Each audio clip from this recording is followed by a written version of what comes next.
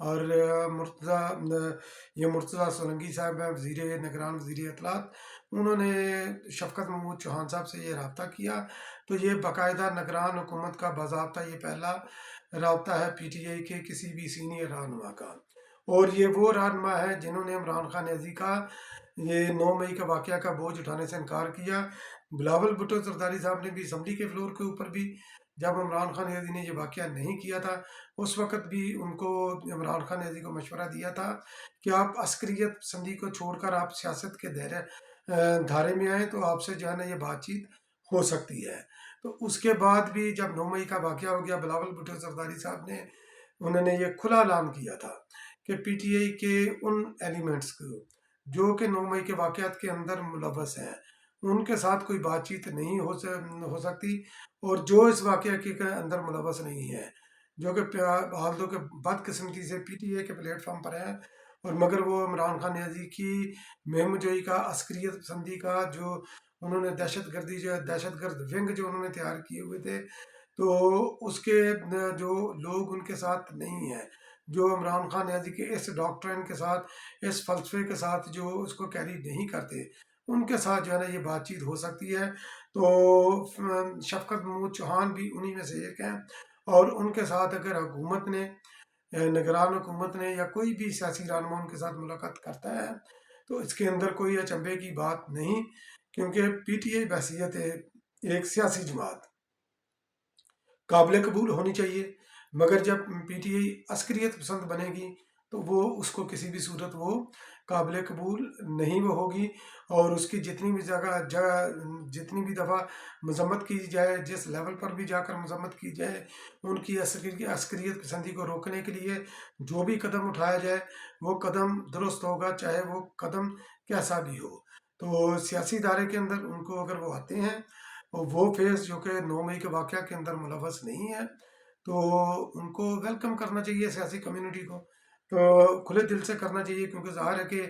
یہ ایک ٹالرنس کی پالیٹکس کو ہم نے پرموٹ چڑھانا ہے۔ مولانا فضل الرحمان نے بھی بلاول بھٹو زرداری صاحب نے جو بیانیہ جو دیا تھا بلاول بھٹو زرداری صاحب نے اسی کو ایکو کیا مولانا فضل الرحمان نے بھی، انہوں نے بھی بولا کہ سیاست کے اندر جو ہے نا یہ ہمیں برداشت پیدا کرنی چاہیے، ایک دوسرے کے ساتھ ہمیں مل کر بیٹھنا چاہیے۔ یہی بات بلاول بھٹو زرداری صاحب نے کی، اور بلاول بھٹو زرداری صاحب نے یہ بھی بولا کہ ہمیں ایک منیمم جو ہے نا یہ چارٹر آف پالیٹکس کرنا چاہیے کہ ہمیں کہاں پر ہماری ریڈ لائن ہوتی ہے جس کو ہم نے کراس نہیں کرنا، اور یہی باتیں مولانا فضل الرحمان نے آج دہرائی ہیں، جس کو بلاول بھٹو زرداری صاحب کئی ماہ پہلے یہ کر چکے ہیں۔ تو اس لیے جو میں یہ کہتا ہوں کہ بلاول بھٹو موجودہ جو پاکستان کے اندر پولیٹیکل کھیپ ہے ریگارڈلیس آف دیئر ایج، تو بلاول بھٹو ان سب کو لیڈ کر رہے ہیں، وہ جو بھی اپنا وہ پولیٹیکل نارمز وہ سیٹ کرتے ہیں اسی کے اوپر جو ہے نا دیگر جماعتیں بھی جو ہے نا یہ فالوز کو کرتی ہیں،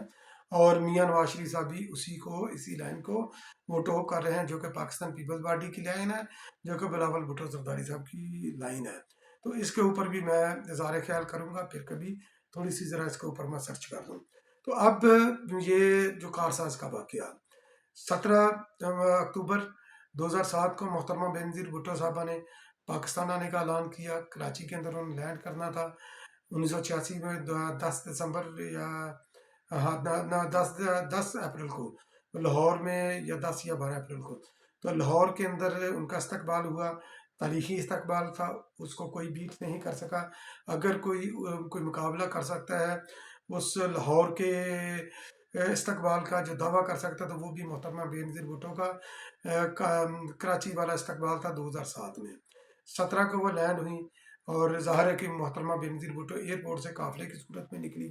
اور اس وقت جو ماحول بنایا گیا تھا، ماحول یہ بنایا گیا تھا کہ یہ واردات ڈالنے کے لیے پلان یہ تھا مشرف کا کہ محترمہ بینظیر بھٹو کو کراچی کے اندر ہی جو ہے نا یہ صفحہ ہستی سے مٹا دیا جائے گا، ان کی اسیسینیشن کر دی جائے گی، ان کو شہید کر دیا جائے گا، عوام سے ان کو جدا کر دیا جائے گا۔ مگر محترمہ بینظیر بھٹو کا، شہید ذوالفقار علی بھٹو کا، بھٹو خاندان کا عوام کے درمیان جو ہے نا یہ چولی دامن کا ساتھ ہے، اور اس طرح کا ان کا مضبوط رشتہ ہے۔ تو محترمہ بینظیر بھٹو جب کراچی کے اندر آئیں تو کارساز کے قریب پہلے بھی ان کے اوپر جو ہے نا یہ اٹیمپٹ کی گئی، ایک فقیر کی صورت میں کوئی پولیس کی غالباً جیپ کے اوپر تھا بندہ، تو اس نے بچہ پکڑانے کی کوشش کی محترمہ بینظیر بھٹو کو، تو محترمہ بینظیر بھٹو کی سیکورٹی والوں نے بولا کہ نہ پکڑے، نہیں پکڑا محترمہ بینظیر بھٹو نے، تو وہ اس کے یعنی کہ وہ اس کے اندر جو ہے نا ان دہشت گردوں نے اس کے اندر جو ہے نا یہ بم پلانٹ کیا ہوا تھا اس بچے کے اندر۔ تو خیر اب جب محترمہ بینظیر بھٹو کارساز کے قریب پہنچی، تمام اسٹریٹ لائٹس ان کو آف کر دیا گیا، پھر کارساز کا بم بلاسٹ ہوا، اور یہ بم بلاسٹ تقریباً جو ہے نا یہ صبح کا ٹائم ہوا، یعنی کہ صبح کی سفیدی جو ہے نا یہ بھی پھوٹی نہیں تھی، رات کا آخری پہر تھا، تو آپ یہ لگا لیں کہ تقریباً کو تہجد کا پہر تھا، فجر سے تھوڑی دیر پہلے کا واقعہ تھا۔ تو محترمہ بینظیر بھٹو کے ارد گرد محترمہ بینظیر بھٹو کے چاہنے والے پاکستان پیپلز پارٹی کے جالے، تو وہ تھے، پہلے اس سے پہلے بھی بم بلاسٹ ہوئے، تو انہوں نے فوری طور پر وہ بھاگے نہیں، انہوں نے جگہ نہیں چھوڑی، فوری طور پر انہوں نے محترمہ بینظیر بھٹو کے ٹرک کا گرد گھیرا ڈالا، اور گھیرا ڈال کر اپنا ایک سرکل تباہ ہوا، دوسرا سرکل پھر محترمہ بینظیر بھٹو کے ٹرک کے ارد گرد ہو گیا، تو تقریباً کوئی 250-300 کے قریب جو ہے نا پاکستان پیپلز پارٹی کے جالے، جو کہ ہمارا فخر ہیں، جن کے خون کی دین ہے یہ جمہوریت، تو وہ جناب محترمہ بینظیر بھٹو کے ٹرک کے ارد گرد جمع ہو گئے، اور انہوں نے تقریباً کوئی 250 کے قریب انہوں نے لوگوں نے اپنی جان کا نذرانہ پیش کیا، جام شہادت نوش کیا شہید ذوالفقار علی بھٹو کی محبت میں، محترمہ بینظیر بھٹو کی محبت میں۔ تو محبت کیوں نہ ہو، کیونکہ اس کی بھی وجہ ہے، محترمہ بینظیر بھٹو خاندان کے ساتھ، شہید ذوالفقار علی بھٹو کے ساتھ، پیپلز پارٹی کے ساتھ محبت اس لیے ہے کیونکہ ان کا رشتہ پاکستان پیپلز پارٹی کا اپنے ورکر کے ساتھ بہت مضبوط ہے۔ جیسے یہ بم بلاسٹ ہوا، محترمہ بینظیر بھٹو کو سیکیورٹی والوں نے ریسکیو کیا وہاں سے، وہ اپنی رہائش گاہ پر آئیں، بلاول ہاؤس آئیں، اور فوری طور پر وہ جانا چاہتی تھی کہ میں ہاسپٹل میں اپنے زخمی کارکنوں کے درمیان جانا چاہتی ہوں، میں ان کی عیادت کرنا چاہتی ہوں، کیونکہ انہوں نے میرے لیے وہ زخمی ہوئے، انہوں نے میرے لیے جان کا نذرانہ پیش کیا۔ تب تک یہ فکر کوئی سامنے نہیں آئی تھی کہ کتنے لوگ جو ہے نا وہ شہید ہوئے، کتنے پاکستان کتنے جالے شہید ہوئے، محترمہ بینظیر بھٹو کی جان کی قیمت کتنے جو ہے نا جالوں نے ادا کی، اپنی جان قربان کر کے، مگر ان کو روکا گیا۔ تو خیر ان کو محترمہ بینظیر بھٹو کو روکنے والا کون ہو سکتا ہے؟ تو چند گھنٹے بعد یہ ابھی جو ہے نا سورج پراپرلی طلوع بھی نہیں ہوا تھا، تو محترمہ بینظیر بھٹو اپنے کارکنوں کے درمیان چند گھنٹوں کے درمیان وہ ہاسپٹل کے دورے کے اوپر وہ نکل گئی، ڈری نہیں، سہمی نہیں۔ اگر کوئی اور لیڈر ہوتا، ایک